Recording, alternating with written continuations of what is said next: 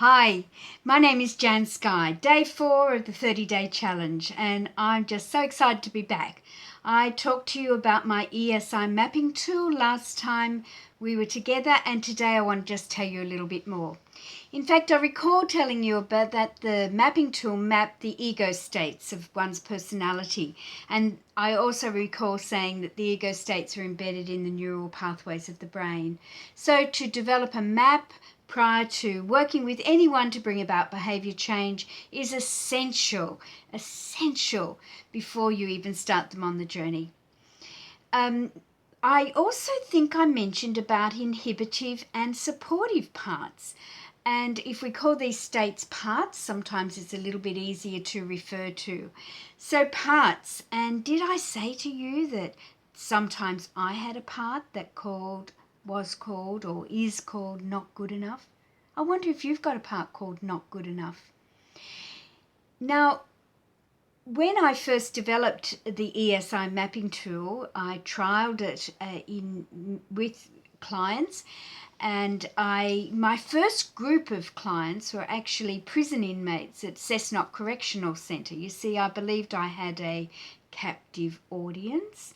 And so therefore I also thought that if these guys, these big burly guys that I was working with, understood and got the process about mapping the different parts of them, that I'd feel really safe to bring it to the world.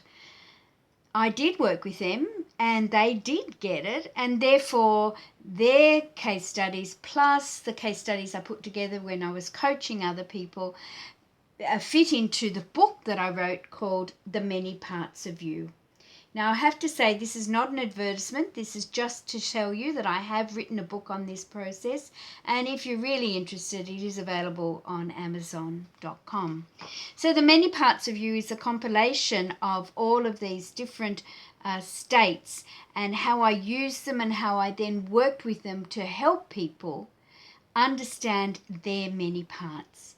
As I said, my inhibitive part, the not good enough, certainly was around, and it was around when my book was self-published. I went first to a publisher who said, oh no, that's not what I would publish. And so me figuring, well, everyone was going to say that, decided I'd just self-publish. So I did a course and how to, and had the book published. And when the books arrived, it was, oh my goodness. First of all, I must admit I was excited, but then it was, how am I going to let everyone know that I'm the author of a book? And Not Good Enough was there and sat fair and center on my stage of life, saying, you know, many people in the audience that you're going to be talking to have got degrees that far exceed anything that you've got in life. And I felt like I wasn't good enough. I proved myself wrong.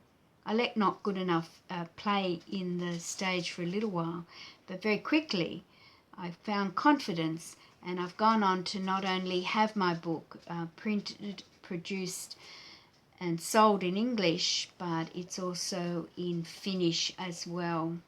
And in a visit I'm making to India next month, there's hope and possibility that the Indians will take it up and I'll have my book published in 3 languages. What are your inhibitors? What are holding you back from achieving your success?